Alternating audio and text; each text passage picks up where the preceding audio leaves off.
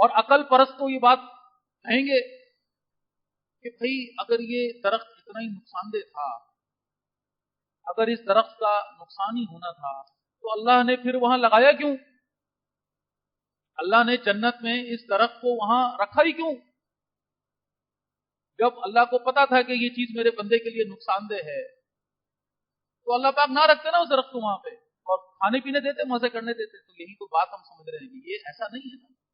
جنت کا حقدار بننے کا مستحق کون ہوگا؟ جو آزمائش سے گزرے گا. اور آزمائش کسے؟ اسی کو تو کہتے ہیں. وہ درخت وہاں ہوتا ہی نہیں اور پھر یہ کہا جاتا کہ بھئی درخت کے پاس نہ جانا تو کوئی بات بنتی، کوئی امتحان بنتا؟ امتحان کس بات کا؟ امتحان یہی تھا کہ وہ درخت وہاں تھا، اس تک رسائی آسان تھی. جب آدم علیہ السلام اس درخت کی طرف جا رہے تھے، اس کا پھل توڑ رہے تھے، اس کو کھا رہے تھے، اللہ نے نہیں پکارا، اللہ نے آواز نہیں لگائی، ان کا ہاتھ نہیں روکا. ہاں جب انہوں نے کھا لیا اب اللہ نے پکارا کہ یہ تم نے کیا کیا. اب نادم ہوئے کہ تم سے غلطی ہو گئی. اور وہ پوری تفصیل ہے، اس پہ تو ہمارا موضوع نہیں ہے. جو سمجھانا چاہ رہا ہوں یہ آزمائش.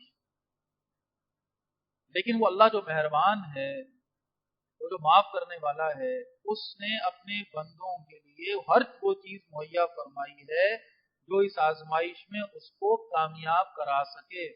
صرف تھوڑی سی توجہ کی ضرورت ہے، تھوڑی سی توجہ کی ضرورت ہے اس مقصد کو حاصل کرنے کہ اللہ کو رب مان لے اور بندہ بن کے یہ تھوڑے سے سال ہیں، چند تھوڑے سے زندگی کتنی دیر کی ہے.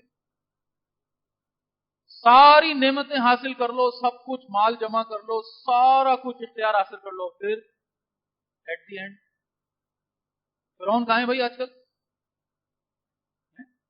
نمرود کہاں ہے آج کل؟ قارون کہاں ہے آج کل؟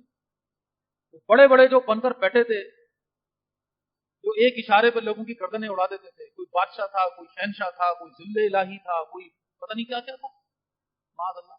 کہاں ہیں آج کل؟ وہ نظر نہیں آتے. اور وہ بیچارے جو بھوک میں تھے، افلاس میں تھے، بھوک سے تڑپ کر مصیبت میں تھے، پریشانی میں تھے، وہ کہاں ہیں آج کل؟ کیا ان میں سے کوئی ہے جو اب تک اپنی خوشی یا اب تک اپنی پریشانیوں میں مبتلا ہو؟ ختم ہو گیا. وہ صحابہ بھی نہیں ہے اس دنیا میں جنہوں نے اللہ کے رسول صلی اللہ علیہ وسلم کے ایک اشارے پر اپنی جانیں دے دی دین کی خاطر. اور وہ بدبخت مشرک بھی نہیں ہے اس دنیا کے اندر جو رسول اللہ کے سامنے ڈٹ کر کھڑے ہو گئے اور آپ کو اذیتیں دی اور تکلیفیں دی. نہ وہ رہے نہ وہ رہے، کوئی رہا کوئی بچا تو کوئی نہ. ہم نے بچنا ہے نہ ہم نے رہنا ہے. ہمارے امیر بھی ہوں، غریب بھی ہوں، پیٹ بھرے ہوئے بھی ہوں، پیٹ خالی بھی ہوں، مصیبت میں دکھ میں بھی ہوں یا یہ کہ مزے میں ہوں، مستی میں ہوں، کوئی بھی ہو، بچنا کس نے؟ جانا تو ہے. اب اصل بات کہ جو اپنے لیے آگے کا سامان کر گیا. اب آ جاتے ہیں موضوع کی طرف جلدی سے. اس ساری تمہید کو جو میں نے اتنا پھیلایا ہے، اس میں بلکہ میں آج کل کے حالات کو جو ظاہر ہے اس وقت اگر آج کل کے حالات کی بات نہ کی جائے تو ریلیونٹ نہیں ہوتی پھر بات.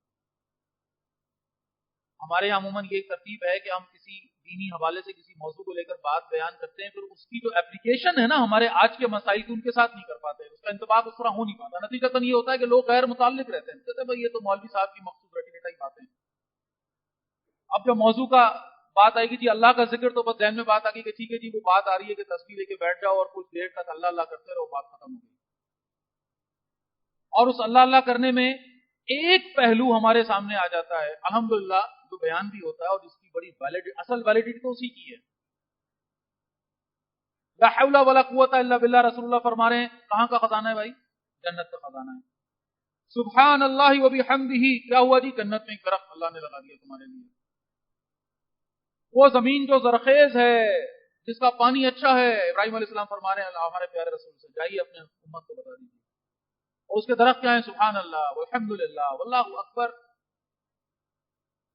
یہ ساری باتیں الحمدللہ.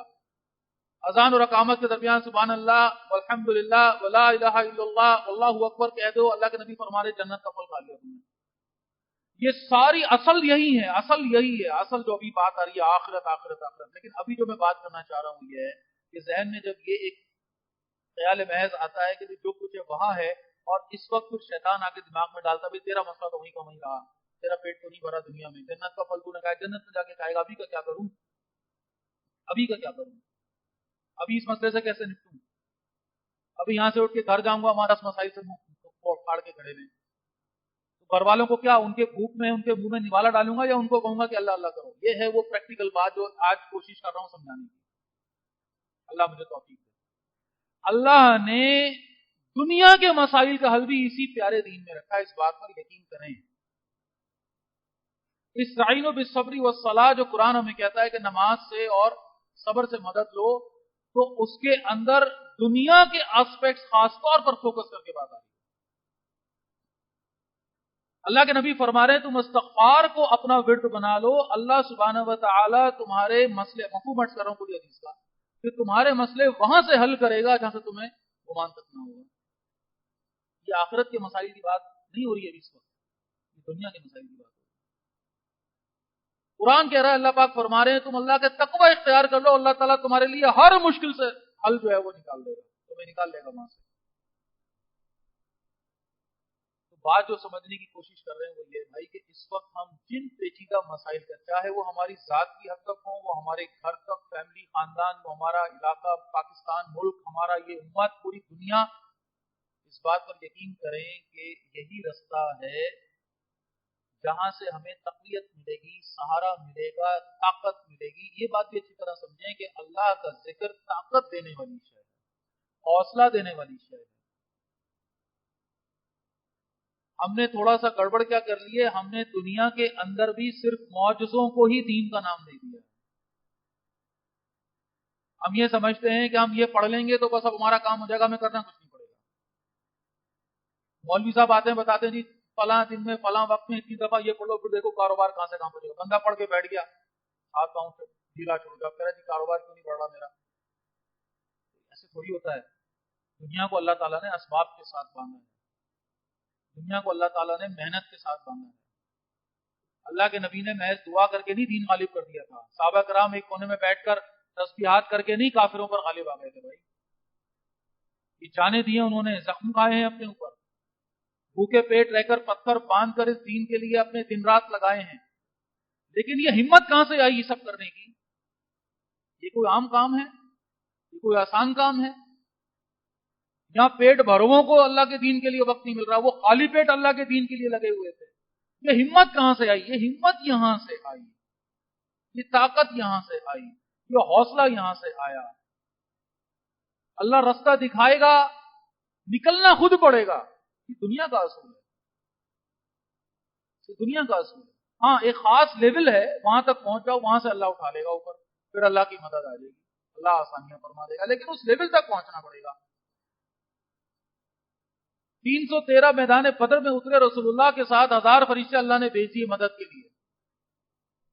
لیکن یہ فرشتے جب نہیں اترے جب حضرت بلال کو مار پڑ رہی تھی، جب حضرت موصب کو انگاروں پر لٹایا جا رہا تھا، جب خود رسول اللہ صلی اللہ علیہ وسلم پر تشدد ہو رہا تھا.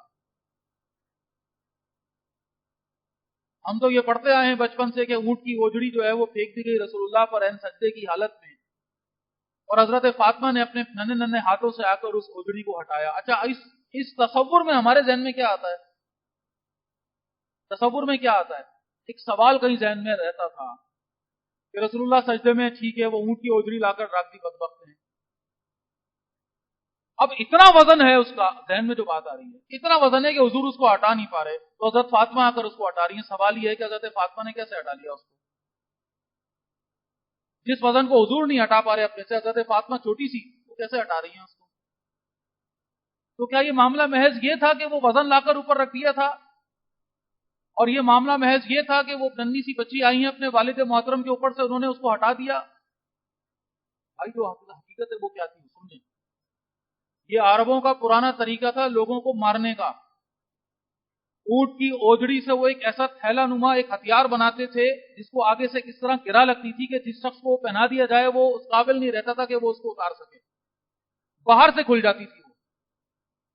تو یہ اپنے دشمنوں کو مارنے کے لیے وہ اس طرح کرتے تھے، اور اوپر سے ایسے ڈال دیتے تھے منہ اور حبس اندر کا، ایسی گھٹن ہوتی تھی بدبو اور حبس سے کہ تھوڑی دیر میں جان نکل جاتی تھی. یہ کیا تھا انہوں نے، یہ لا کر اوپر ایسے پہنا دی تھی. اور حضرت فاطمہ نے باہر سے آ کے، کیونکہ وہ باہر سے کھل سکتا اندر سے نہیں کھل سکتا، یہ سیدھا سیدھا رسول اللہ صلی اللہ علیہ وسلم کی جان لینے کا انہوں نے یہ طریقہ اور رسول اللہ صلی اللہ علیہ وسلم اس سارے معاملات سے گزر رہے ہیں. آج اگر ہم یہ سمجھتے ہیں کہ صرف محض کچھ نماز روزہ کر دینے سے ہماری ساری مشکلات حل ہو جائیں گی، تو سمجھیے اس بات کو. مشکلات اگر حل ہوگی تو آزمائش کس بات کی؟ مشکلات کو سمجھنے اور حل کرنے کا طریقہ، حوصلہ، طاقت مل جائے، یہ ہے اصل بات. وہ کہاں سے ملے گی؟ وہ یہاں سے ملے گی. یہ حوصلہ یہاں سے ملے گا. اللہ کا ذکر، اللہ کو یاد رکھنا. ذکر کیسے کہتے ہیں؟ استحضار اللہ فی القلب. ہر وقت اللہ کا احساس رہے یہاں، یہ دل اللہ اللہ کر رہا ہو، ہر معاملے میں اللہ سامنے آ جائے. میں یہ کام کرنے جا رہا ہوں، اللہ کو پسند آئے گا کہ ناپسند؟ میں یہ اٹھانے جا رہا ہوں، کہ اللہ کی مرضی اس میں ہے کہ نہیں ہے؟ میں یہ دیکھ رہا ہوں، اس وقت میرا اللہ مجھ پر ناراض ہو رہا ہے کہ خوش ہو رہا ہے؟ یہ ہے اصل میں اللہ کا ذکر. میرے یہ کام کرنے سے میں اللہ کے قریب جا رہا ہوں کہ دور جا رہا ہوں؟ یعنی بندہ، عرض کر رہا ہوں نا، دیوانہ ہو جائے. بار بار میں حدیث کا ریفرنس دیتا ہوں کہ رسول اللہ فرما رہے اللہ کا ذکر ایسے کرو کہ لوگ تمہیں دیوانہ کہنے لگیں. یہ دیوانہ کس کو کہا جائے گا؟ سمجھیے گا بات کو، سمجھیے گا بات کو. کیا ہم ایسے شخص کو دیوانہ کہیں گے جو تسبیح لے کر بیٹھا ہوا ہے اور صرف اللہ اللہ اللہ اللہ کیے جا رہا ہے؟ ہم تو نہیں کہیں گے دیوانہ. ہم تو اس کے ہاتھ چومیں گے، ہم تو اسے کہیں گے حضرت ہمارے لیے بھی دعا کریں. ہم تو دیوانہ اس کو کہیں گے جو دیوانوں کی طرح یہ کروں گا، یہ نہیں کروں گا، یہ نہیں بھائی، یہ نہیں اٹھاؤں گا، یہ نہیں کروں گا، یہاں نہیں جاؤں گا، وہاں سے نہیں ملوں گا. ارے دیوانے ہو گئے ہو. زمانے کے ساتھ نہیں چلنا کیا؟ کیسے نبھاؤ گے؟ ہر چیز میں تمہیں مین میخ نکالنے کی عادت ہوگی. بھائی اتنا تھوڑی ہوتا ہے، اتنی سختیاں تھوڑی. یہ سننے کو ملتا ہے. کن کو سننے کو ملتا ہے؟ جو اللہ کی خاطر اللہ کے اصولوں کے تحت زندگی گزارے. سب کے منہ ادھر ہے، اس کا منہ ادھر ہے. یہ کروں گا، یہ نہیں کروں گا. پورے دفتر میں ہر آدمی حرام کھا رہا ہے، یہ ڈٹ کے بیٹھا ہوا نہیں کھاؤں گا.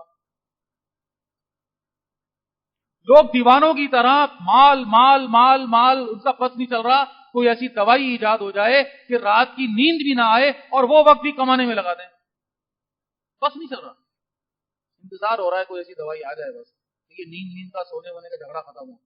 پھر رات کے وقت بھی کوئی کاروبار، کوئی کام، کوئی نوکری، کچھ نہ کچھ ہو جائے تاکہ اور پیسے آ جائیں اس طریقے سے. یہ لگژریز کی فرسٹریشن ہمارے دماغوں میں اس لیول پہ آ چکی ہے. پیسہ اتنا کم پڑ رہا ہے ہمیں. تو یہاں تو مسئلہ بڑا عجیب ہے. یہاں تو مسئلہ یہ ہے کہ انسان اپنے وقت کو سارا کا سارا مال کمانے کے لیے مخصوص کر چکا ہے، جبکہ وہاں معاملہ کچھ اور تھا.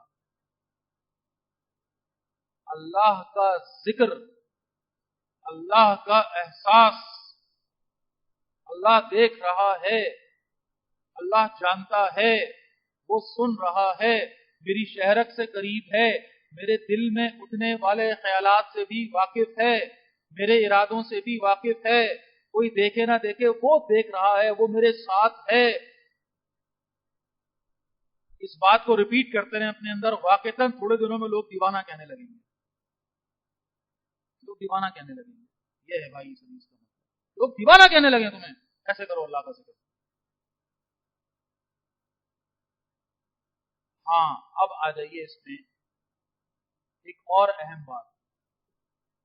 اس ساری بات کا مطلب یہ نہ نکالیے گا کہ تسبیح پڑھنا، اللہ اللہ کرنا اس کے کوئی معنی نہیں. معاذ اللہ، معاذ اللہ. اصل ہدف دل میں اللہ کی یاد، اور اس اصل ہدف تک پہنچنے کا رستہ زبان پر اللہ اللہ. اسی لیے زبان، جس کو ذکر قال کہتے ہیں، اس کی اتنی اہمیت ہے. ایک شخص جس کی زبان اللہ کے ذکر میں تر رہے، وہی وہ شخص ہوگا جو اپنے دل میں اللہ کو بسائے گا. جو اللہ کو زبان سے یاد ہی نہیں کرے گا، وہ کیسے اپنے دل تک اللہ کو لے کے جائے گا؟ سوال ہی پیدا نہیں ہوتا. رستہ ہے یہ، ٹول ہے یہ. دل میں یہاں اللہ کو لے کے جانا ہے، لیکن رستہ ہے زبان. لہذا رسول اللہ فرما رہے ہیں اپنی زبان کو اللہ کے ذکر سے تر رکھو. اور اس ذیل میں وہ بات آتی ہے جو ایک صحابی نے پوچھا حضور سے کہ اللہ کے رسول، میری خواہش تو یہ ہے کہ میں ہر وقت اللہ کا ذکر کروں. اب یہ ذکر قال کی بات ہو رہی ہے، زبان سے اللہ کے ذکر کی بات ہو رہی ہے. یہ خواہش تو میری یہ ہے کہ میں ہر وقت اللہ کا ذکر کروں، لیکن ڈر یہ ہے کہ لوگ مجھے ریاکار نہ کہہ ڈالیں.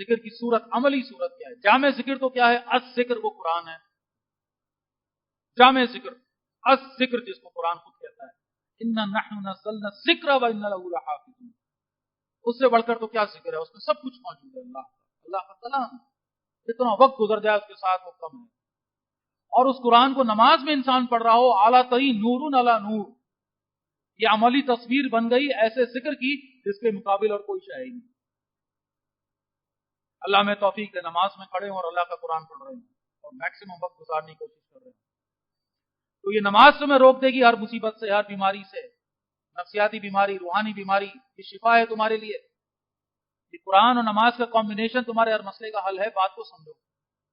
اور صرف یہاں تک محدود نہ رہو، صرف یہ نہیں کہ نماز پڑھ کے سمجھو، نہیں، آگے فرمایا والا ذکر اللہ اکبر، اور اللہ کا ذکر سب سے بڑھ کر ہے، سب سے بڑا ہے۔ یہ ہے بھائی تمہارے مسئلوں کا حل، اللہ فرما رہا ہے قرآن کے اندر۔ اور نماز کے بعد فَإِذَا قَضَيْتُمُ الصَّلَاةَ فَاذْكُرُوا اللَّهَ قِيَامًا وَقُعُودًا وَعَلَى جُنُوبِهِمْ۔ نماز پڑھ چکو پھر اللہ کے ذکر میں لگ جاؤ، کھڑے بیٹھے لیٹے۔ مشکل میں پڑ گئے ہو، یا ایھا الذین آمنوا اذا لقیتم فئۃ فاثبتوا واذکروا اللہ کثیرا لعلکم تفلحون۔ تمہیں ڈرتا ہے، جماعت تمہارے سامنے دشمن کی آ لگی ہے، دشمن کا خوف ہے، تم پر حملہ ہو گیا ہے۔ آج ہے نا ہمارے ساتھ یہ صورت ہے، ہمارے دشمن قابض ہوتے جا رہے نا ہمارے اوپر، مغلوب ترین کیفیت میں آ چکے نا، ذہنی غلام تو تھے ہی، جسمانی غلام بھی بنتے جا رہے ہیں، معیشت کی جنگ ہار چکے ہیں، آج معاشی غلام ہیں ہم سب، ہماری اپنی کوئی حیثیت، کوئی اوقات، کوئی اس کیفیت میں کرنا کیا ہے؟ یہ اللہ کا ذکر سے نکلنا ہے تمہیں، اس کیفیت سے اللہ کا ذکر کرو کثرت کے ساتھ تاکہ تم فلاح پاؤ۔ اور وہ پہلی میری بات کو ذہن میں رکھیے گا کہ اللہ کا ذکر رستے دے گا، سمجھ دے گا، شعور دے گا، حوصلہ دے گا، ہمت دے گا، کرنا کام خود ہے۔ اس کو کوئی یہ نہیں کہ اب انبیاء نہیں ہیں اس دنیا میں کہ میریکلز ہوں گے، معجزے ہوں گے۔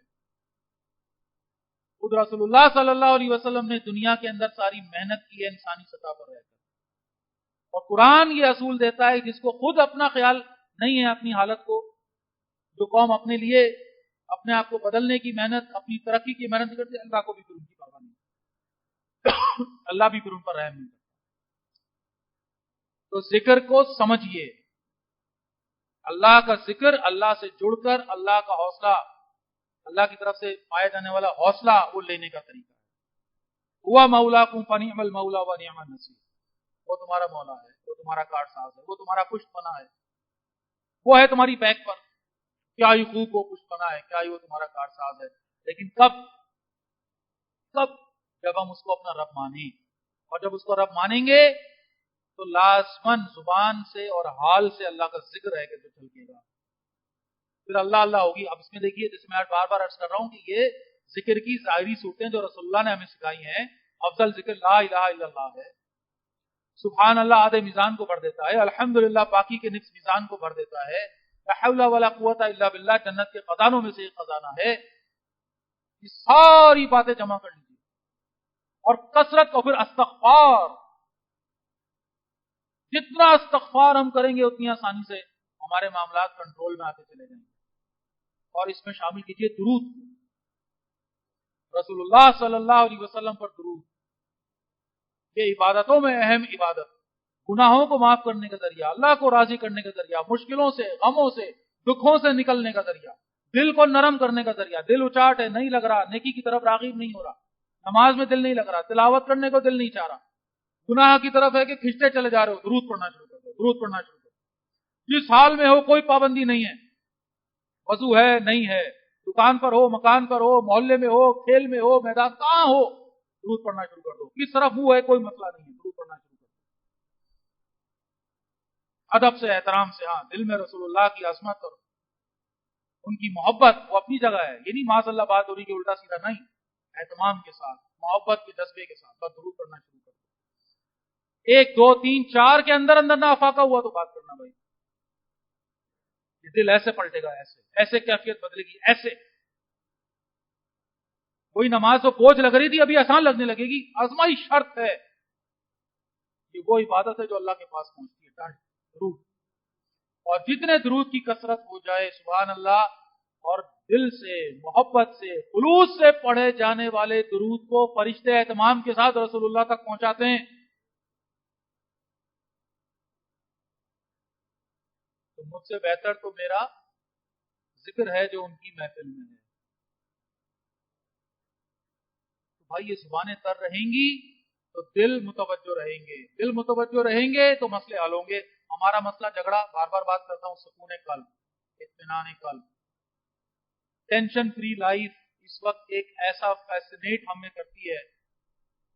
ہم اس سکون کو پانے کے لیے جانور تو چھوڑیے، اس سے بھی کوئی آگے کی مخلوق بن چکے ہیں، مشین بن چکے ہیں، روبوٹ بن چکے ہیں۔ کیوں بھاگ دوڑ ہو رہی ہے؟ سکون مل جائے بھائی، مسئلے حل ہو جائیں سارے۔ کما کما کے حشر ہو گیا ہمارا۔ چاہیے کیا اصل میں؟ سکون چاہیے۔ اے سی کیوں لگانا ہے؟ سکون کے لیے۔ گدا کیوں لانا ہے؟ سکون کے لیے۔ لگژری صوفے کیوں رکھنا ہے؟ سکون کے لیے۔ گاڑی کیوں چاہیے؟ سکون کے لیے۔ سکون کے چکر میں پاگل ہو رہے ہیں، پاگلے ہو رہے ہیں، مل کے نہیں دے رہا۔ ہم جتنا اس کے پاس آتے ہیں، یہ وہ اپوزٹ والا میگنیٹ نہیں ہوتا، سیم سائڈ ہوتی ہے، اس کو کیا کرتا ہے وہ اور آگے چلا جاتا ہے، وہ اس کے بعد وہ اور آگے چلا جاتا ہے۔ وہ اس انداز سے بندوں کو سزا دیتا ہے، وہ اس انداز سے بندوں کو سزا دیتا ہے، ان کی اوقات سے خواہشات کو بڑھا دیتا ہے۔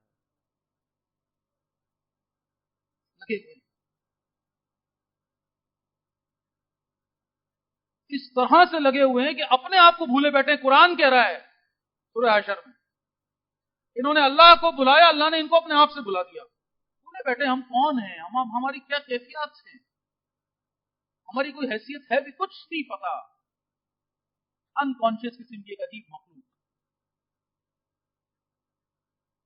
اپنے مقصد حیات سے فراموش ہو کر، اللہ سے اپنا ناطا توڑ کر جو آج زندگی جی رہے ہیں، یہ کیڑے مکوڑوں سے بدتر زندگی، معاذ اللہ۔ اس سکون کو اگر پانا ہے، اور دیکھیے پھر عرض کر رہا ہوں، سکون یہاں ہوگا نا تو زندگی کے مسائل حل کرنا آسان ہو جائیں گے، آسان ہو جائیں گے۔ رسول اللہ صلی اللہ علیہ وسلم جا رہے تھے کہ سکون کیا ہے، اس بات کو بھی سمجھنے کی ضرورت ہے۔ رسول اللہ جا رہے ہیں، اطلاع ملی ایک لڑکا ہے، یہودی ہے، موت کے عالم میں ہے، جان کنی کے عالم میں ہے۔ رسول اللہ جا رہے ہیں، چہرے پر پریشانی ہے، چہرے پر فکر کے آثار ہیں۔ بظاہر جو نظر آئے گا دیکھنے والے کو کیا نظر آئے گا؟ بھی ایک شخص مر رہا ہے تو اس فکر میں، اس غم میں ہے، ٹھیک ہے۔ رسول اللہ جا رہے ہیں، جا کر بیٹھتے ہیں، اس کو کلمے کی تلقین کرتے ہیں۔ وہ کنکیوں سے دیکھتا ہے اپنے باپ کو، باپ کی ساری لا دیتا ہے تو وہ کلمہ پڑھ لیتا ہے۔ جیسے ہی وہ کلمہ پڑھتا ہے اس کی روح نکل جاتی ہے۔ اور رسول اللہ جب واپس آ رہے ہیں تو خوشی سے دمکتے ہوئے چہرے کے ساتھ آ رہے ہیں، چہرے پر خوشی ہے۔ اب لاؤ اس آدمی کو جو جاتے وقت دیکھ کر یہ سمجھ رہا تھا کہ یہ موت کی وجہ نہیں، بھائی ہم اس بات کا تھوڑی تھا کہ وہ مر رہا ہے، مرنا تو سب کو ہے، ہم میں سے کوئی ہے جو بچے گا؟ آج بچ جائے گا کل مر جائے گا، کل بچے گا پرسوں مر جائے گا۔ مسئلہ یہ تھوڑی تھا کہ وہ مر رہا ہے، مسئلہ یہ تھا کہ آخرت برباد ہو رہی ہے، کفر پہ جا رہا ہے۔ کلمہ پڑھ لیا، اطمینان ہو گیا، خوشی مل گئی، چہرے میں دمکتے ہوئے چہرے کے ساتھ واپس آ رہے ہیں۔ بندہ مر گیا، لڑکا مر گیا، وہ رسول اللہ خوش خوش واپس آ رہے ہیں۔ بات کو سمجھیں، سکون نام کی شے کو بھی سمجھے بھائی۔ سکون اس بات کا نام نہیں ہے کہ گرمی میں اے سی چلا کر ٹھنڈے اس پہ، یا سردی میں موٹا سا لکڑی سا کمبل اوڑھ کے سو گئے، اسے سکون کہتے ہیں۔ اسے سکون تھوڑی کہتے ہیں، نیند پوری نہیں ہوتی، تھکن اترتی نہیں، ٹینشن فرسٹریشن جا نہیں رہی ہے دماغوں کے اندر پہ، نفسیاتی بیمار ہم لوگ ہوتے چلے جا رہے ہیں، اپنوں سے لا تعلق ہوتے چلے جا رہے ہیں، بیوی شوہر کو شوہر بیوی کو دشمن سمجھ رہے ہیں، اپنے بچوں کو دشمن سمجھ رہے ہیں، اپنا بچے والدین کو دشمن۔ یہ سکون کہاں ہے اس میں؟ سکون سمجھیں، سکون یہ ملے گا اللہ کے ذکر سے۔ الذین آمنوا وتطمئن قلوبهم بذکر اللہ، الا بذکر اللہ تطمئن القلوب۔ اللہ کے ذکر میں جو رہتے ہیں نا بھائی، ان کے دل ہوتے ہیں اطمینان، سکون۔ جان لو کہ اللہ کے ذکر میں ہے یہ سکون، یہ اطمینان۔ تو جب ایک آدمی سکون میں ہو تو پیٹ خالی ہو تو کیا ٹینشن اس کو؟ کوئی ٹینشن ہے؟ ایک آئے صاحب حضرت ابو ہریرہ ٹہل رہے تھے، کہنے لگے حضرت بڑے غم میں ہوں۔ کیا ہوا؟ بچے کا انتقال ہو گیا، چھوٹا بچہ میرا دنیا سے چلا گیا، بڑے غم میں ہوں،